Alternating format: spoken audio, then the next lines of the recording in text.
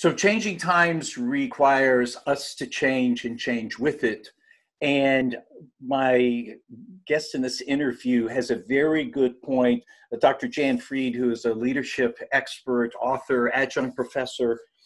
And it's about looking at, I guess, our skills and our abilities and the way that we've done things and looking at them not only entirely differently, but maybe getting rid of them. In fact, the way that you phrase it is drop your tools, which kind of shocked me when I first heard that. So what do you mean? Well, actually the quick backstory is this is several years ago. And I mean, it could be 20 years ago. I went to a higher education professional conference and Carl Weick, a distinguished professor from University of Michigan, gave the keynote. And that was the title of his keynote, which was then published into an article, Drop Your Tools. And his whole premise was higher educators like myself, professors, we're going to have to change how we do things. And if we keep doing what we've been doing, we may go out of business. And so he was really trying to get us to think about this mindset. Well, I've always liked that article. I've always remembered his talk.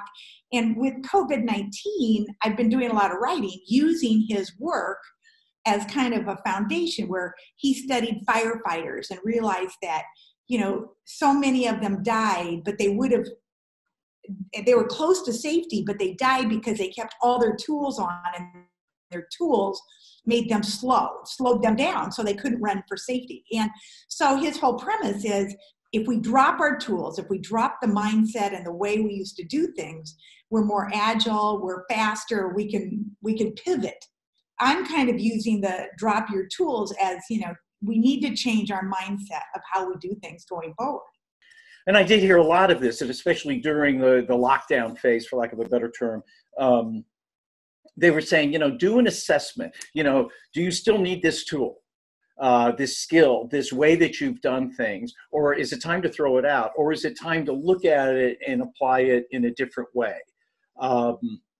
So that with the way things are changing, you can say, oh, this is a real asset of mine, but not the way that I've been using it, but it could be used this way. I mean, is that in the same vein that you're thinking? Right. And I think what we're going to discover is whether it's colleges, universities, churches, businesses, I think we're going to discover that we've adapted some new behaviors that we did it because we had to, and we may call them temporary, but some of them we may want to keep because maybe we're delivering the service in a way that people like it better. And so, there have been some really creative ideas come up. And of course, there have been stories where companies really pivoted, whether you're talking about GM making from cars to making respirators or, or distilleries, breweries making, instead of beer, now they're making hand sanitizer. So those are major pivots, but I'm really thinking more along the lines of delivery services, how people receive the service or the product. We may want to keep doing that. And or making an add-on to what we already do. So I think we're going to see, I've often said that where there's a threat, there's an opportunity. Absolutely. Yeah. And so, whether you call them silver linings or opportunities, what are where's some open space here that we can get excited about serving? Yeah, and to me, it's a formula like E equals MC squared, and that is problem creates a need, and a need creates an opportunity to be fulfilled. And I think especially, I just did an interview with another leadership expert and an intergenerational workforce expert, Mark Michelson.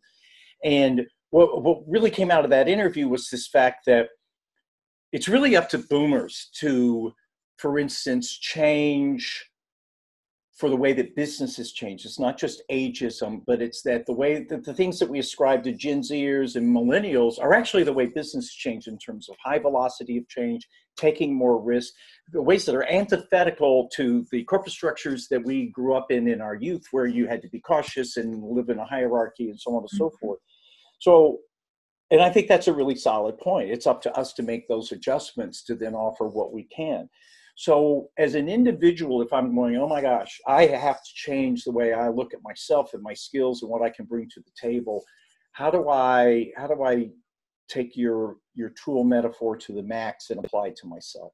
Mhm. Well, I think the best thing that people can be doing right now, and I am doing it myself, and that is learn more. What can you learn? Who can teach it to you? What do you know that you could teach someone else? I mean, I'm almost busier now than I was 3 months ago because of all the free online learning, free content. I mean, lots of people are sharing content free. Even magazines, newspapers are dropping their subscription to keep people informed. But also, what can you learn? How can you use this time? And especially boomers. I mean, we can learn, we can adapt, we can learn, and I think that's the key. You know, especially if you were looking for a job. You know, what evidence can you give to indicate that you either are still learning or that you have been learning new skills recently? You know, I think learning is the key. And by the way, Because there is research that says boomers tend to be more loyal once they get there because we're used to kind of long tenure, staying in companies a long time. Oh, yes. Tenure will be, it is longer. But also recent research I just saw a few days ago was that, younger workers, so Gen Zers through Gen Xers, view constant learning as critical to their career, much higher level than boomers do, where you think, oh, I learned this in college, and this has to change. And so you're right, learning, which is also very healthy for you, is important.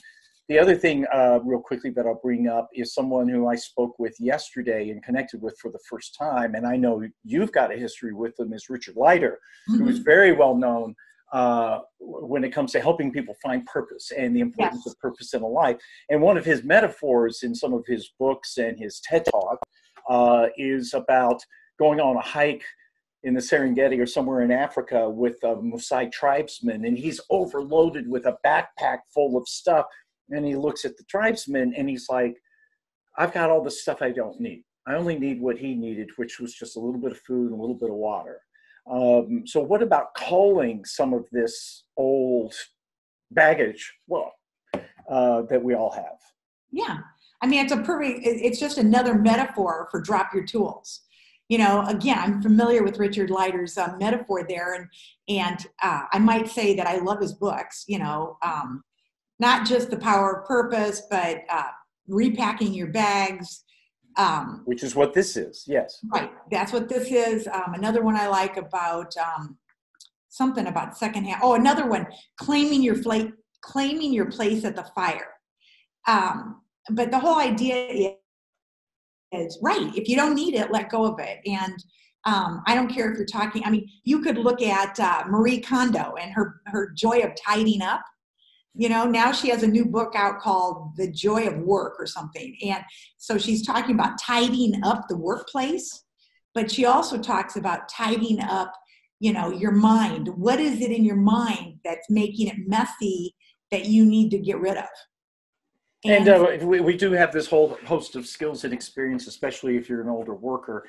But focusing in on those skills or readapting through some additional learning and upskilling and updating and focusing more narrowly on this is what I can bring to the table and show that I'm willing to be up to date and embrace this new ways of business as well as younger workers is a critical success factor if you want to keep or find a job. Right. Absolutely. Well, Jann, outstanding. So drop your tools. Just real quickly, is there a good methodology just to get me going on that? Have you found either with yourself or with others some way that I can really start in practical terms figuring this out? Well, I think, one of the things that I like about just that title, drop your tools, or you could say unpack your bags, the idea that once you have that awareness, I think it changes how you look at things. And so once you just have that awareness, like, is that serving me anymore? Do I need to get rid of it? Is that something I need to let go of? And I need to drop it, And so I think just that awareness is powerful.